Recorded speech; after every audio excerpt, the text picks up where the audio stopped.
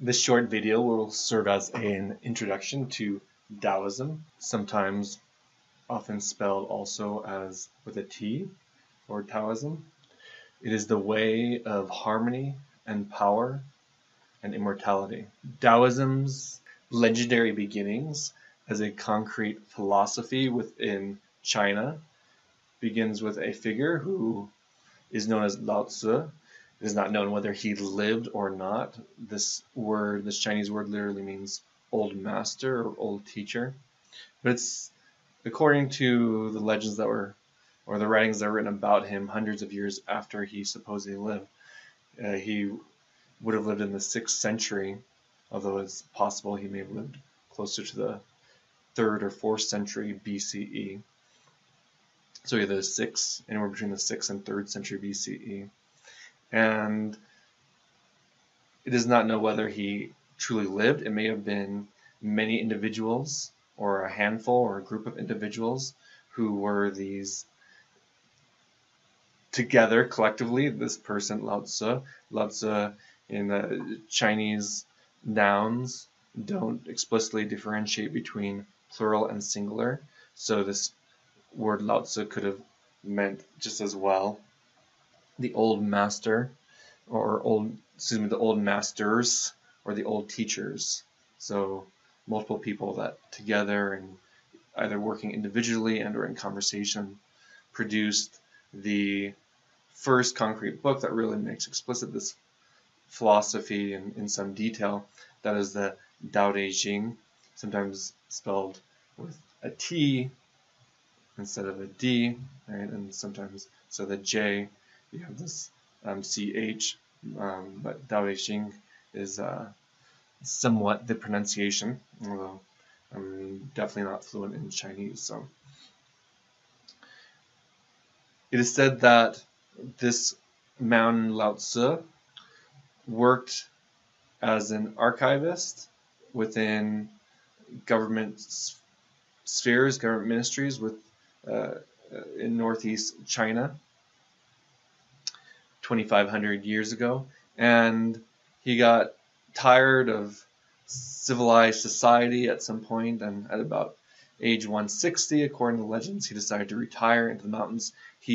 As he was crossing the borders to the western wilderness from the Chinese borders, a guard, recognizing the sageliness, the great wisdom of this man, asked him, "Will you write down and leave something for us? Leave some of your wisdom that you've acquired." So it's said that he wrote 5,000 Chinese characters, and these 5,000 Chinese characters became what is now the Dao de Jing, or sometimes called after him as the Laozi. It's common that old teachers, that their main book was named after them, so sometimes called the Laozi, which means the classic of the way and the power, the classic of the way and virtue.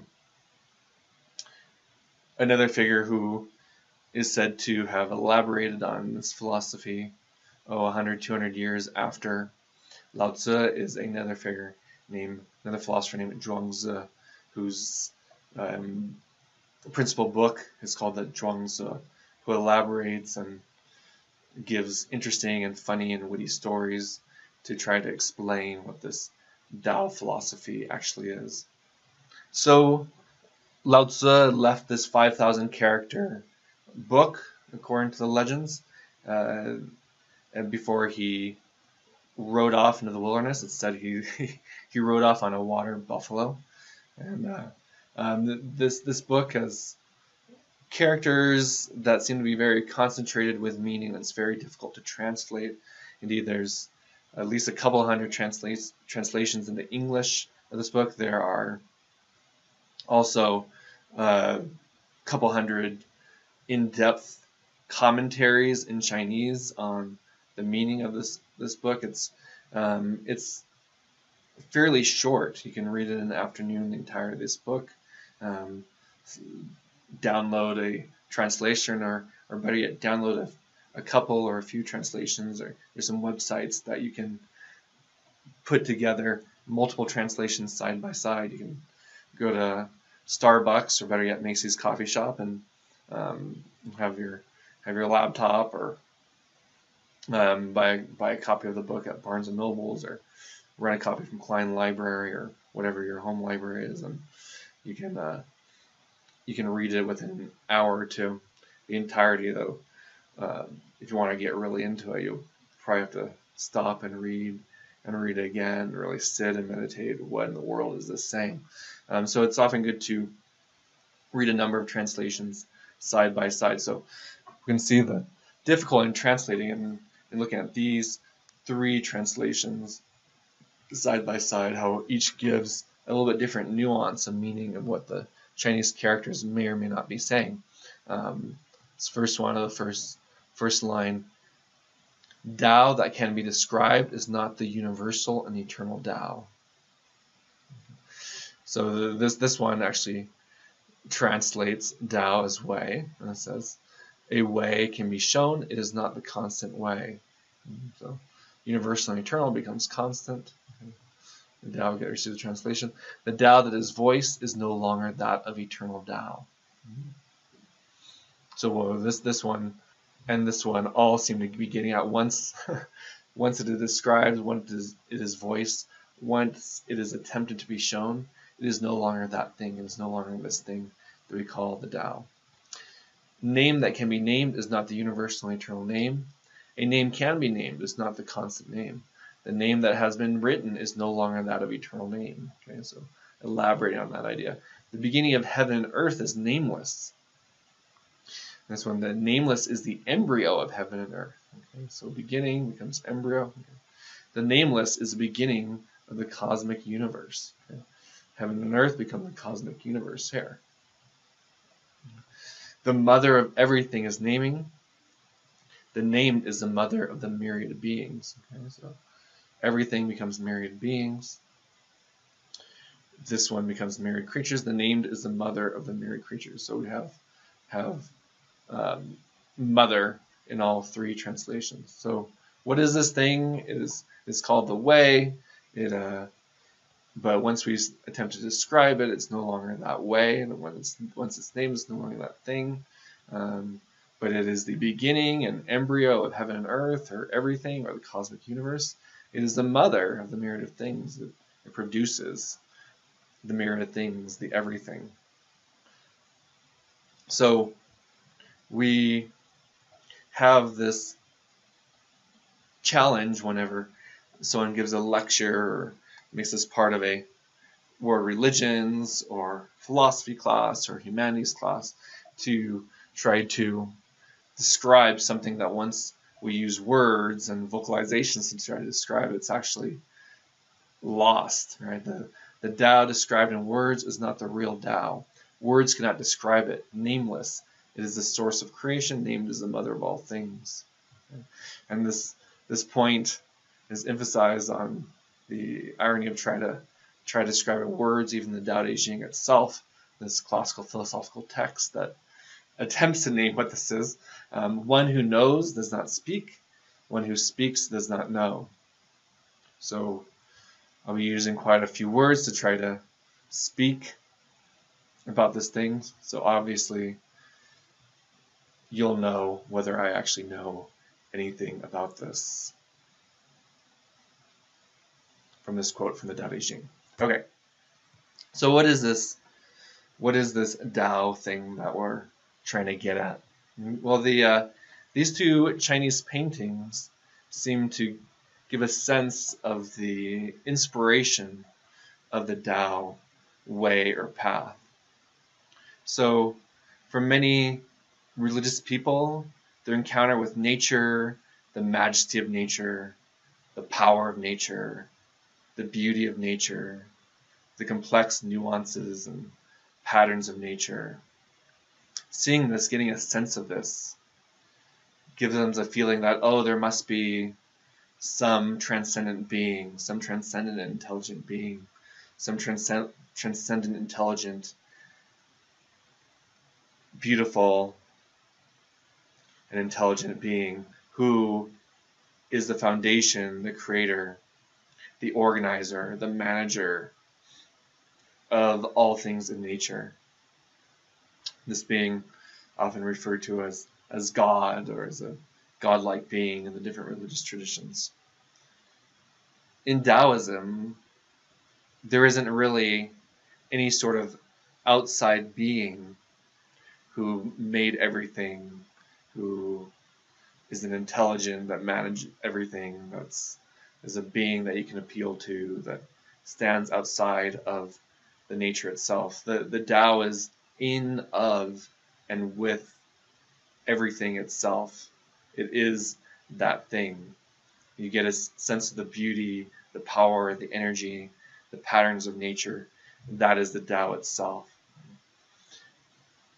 Getting the sense of this absolute dependence, of the majesty of nature, these mountains rising above this house, or this mountains rising against this one person, right? Much bigger than person. The individuals in Taoist paintings or Taoist inspired paintings are not central fold and the chief big figures within paintings. Rather, they're small people with nature rising above and transcending them, and they're just a small piece within the cog, and it's supposed to give a feeling of one's absolute dependence upon the natural world itself, and one is just really a part of nature rather than standing outside it and above it. These fish flow with that which they're absolutely dependent upon itself, the water, right? They know once they stand outside the water, they will die. They flow and swim with the flows of nature and do their thing, looking for bits of food and living a very simple life within the flows of nature, the water, which they're absolutely dependent on. Right? This plum blossom. This might not be a plum blossom, but we'll say it's a plum blossom because I'm not very good at horticulture and recognition of horticulture. So the plum blossom, we know perhaps these blooms, these blossoms, and these leaves that are coming out, and in springtime we get a sense of these things, and it's beautiful and cool to see the subtle changes and the blossoming of things out of trees, right? That have been stagnant through the winter. Right? It's not working hard at bringing forth its shoots, or to say better, it's not struggling to bring forth its shoots and blossoms. Rather, it's doing that which it naturally does or comes by naturally. Its nature is to produce these shoots and produce these blooms in the springtime, and that is exactly what it's doing. Okay, so what is this Tao? First, the Tao, the way or the pathway. Tao simply means way or pathway. It's a very literal sense, just a road that you can take, that you can walk upon, as we saw in here, this sort of road that this person is walking upon beside this river, right? But it's more of a ideal way, a way to conduct your life. This way cannot be named. It can only be intuited. It can only be sensed. It can only be really felt. Okay? It's something that is underneath the surface of existence, right? It's both existence, the natural way itself, as well as the patterns, the power and the energy behind, and which creates and makes the ways of nature itself, the mother of all things. The way is getting a sense of the patterns and energies of these things and trying to live one's life in harmony with them through observing, through being very still and calm, observing, understanding, feeling them, and then living your life continually in harmony with these ways of nature. The Tao is a way of natural balance and order, not getting agitated, not getting anxious, right? Living a very simple life in harmony with the world around you, in harmony with the people around you, in harmony with the natural things around you. Very simple, frugal life in balance and order. The Tao is also an impersonal force, right? It's not something this power, this energy, this power of nature is not something that you can appeal to, that you can pray to, and that thing will change up and give you certain benefits and blessings and help you do well on a test, or help you have the child that you want to have, or help you deal with some tragedy in your life, right?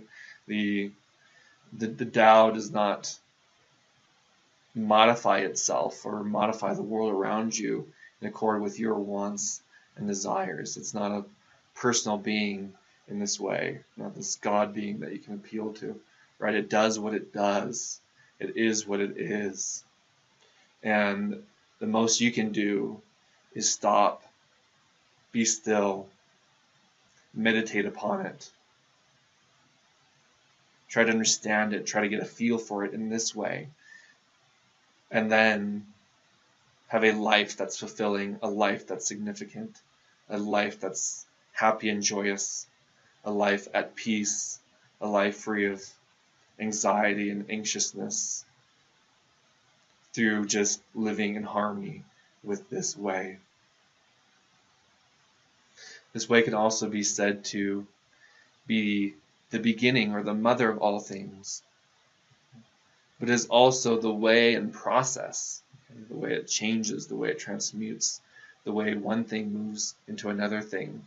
Right? We observe nature; it's constantly in flux, constantly changing and morphing and modifying, evolving, devolving. Right? It is this aspect as well, the changes of the way. It's also the end destination. Where is it moving towards? Where is it going towards? This is the way as well. So the beginning, its way, morphing, and the end. Try to give some fun visuals of this way, of this Tao, right? We can think of Pooh Bear to some degree, and there's a famous bestseller called The Tao of Pooh, in which uses the classical, the favorite, beloved story character and cartoon character, Pooh, to try to get a sense of what it means to live with the Tao. And in this description of Pooh, it says, Pooh is kind of clueless, maybe a bit of an airhead. Pooh is almost always happy. Doesn't care or worry about too much, right? Pooh wanders through life happily, has no goals. There's no disappointments. You have to have goals to be disappointed. You have to want something and then not get it to be disappointed. There's not really goals. Right? Maybe you're trying to get some of the honey, and getting frustrated that way is about it as far as his pursuits in life. That he sometimes disappointed by. Pooh is looking for simple pleasures such as the honey, cake, balloons, and a belly that's full are the key to happiness for him. Very simple life for Pooh. In this conversation, just how do you do it, Pooh? Do what? Asked Pooh. Become so effortless. I don't do much of anything, he said, but all these things you get done. They just sort of happen, he said. Okay, so this excerpt from the Tao of Pooh, right? He's just does his thing and let things happen and let his natural way of doing things happen, and things kind of get done without much effort. This sort of approach to life of effortlessness, doing what comes naturally to you. The word is wu wei. We'll see it in a later slide, but literally means not doing, but it's not literally not doing anything, but doing things, doing what you do effortlessly, doing what comes naturally to you. And this, while Eeyore frets and Piglet hesitates and Owl pontificates, Pooh just is.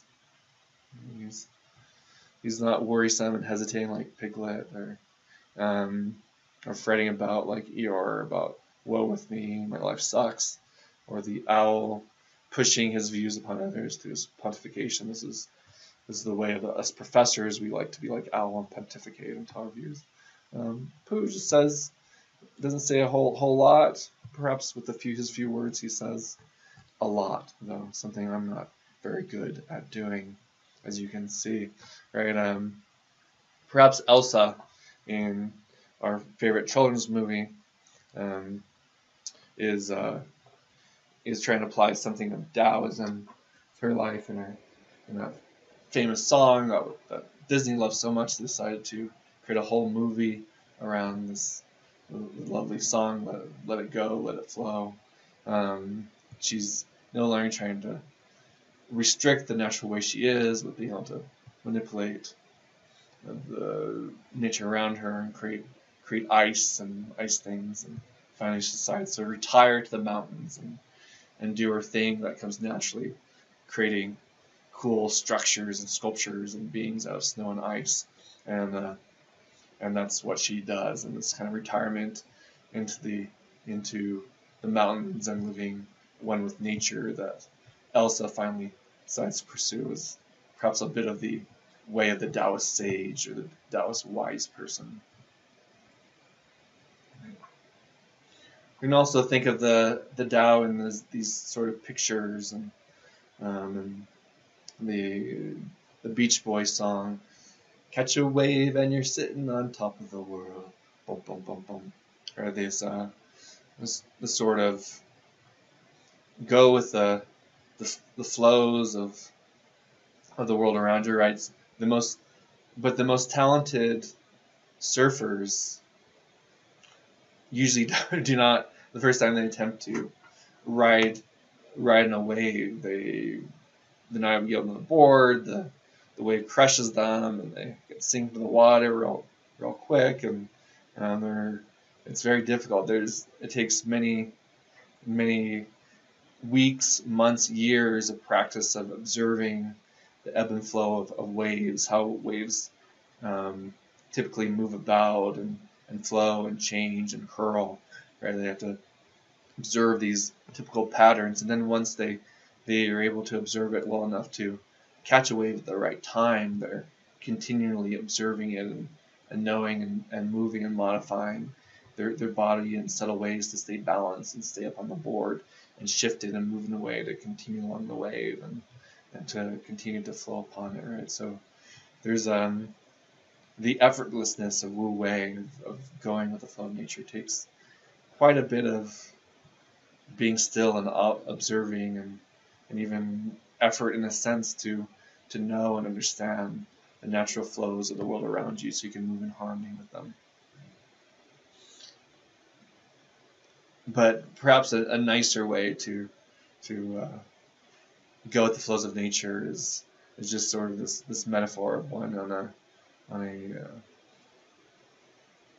an air blow up sort of water toy of some sort, or a little water raft, and just go along a calm stream. And I remember doing this in Iowa, and there's beautiful, very scenic rivers in northern Iowa. And just my friend, my companion, wonderful person who invited me to take this trip with her family, and her and her family were moving with the oars and trying to get down river as fast as possible with the oars, and at most points the water moved well enough to carry us, and I just wanted to chillax. I'd had a rough semester, my last semester of graduate school, and I just wanted to have this opportunity just to relax and move along with the river as Blue Bear in the Jungle Book would just let the water carry you and just float.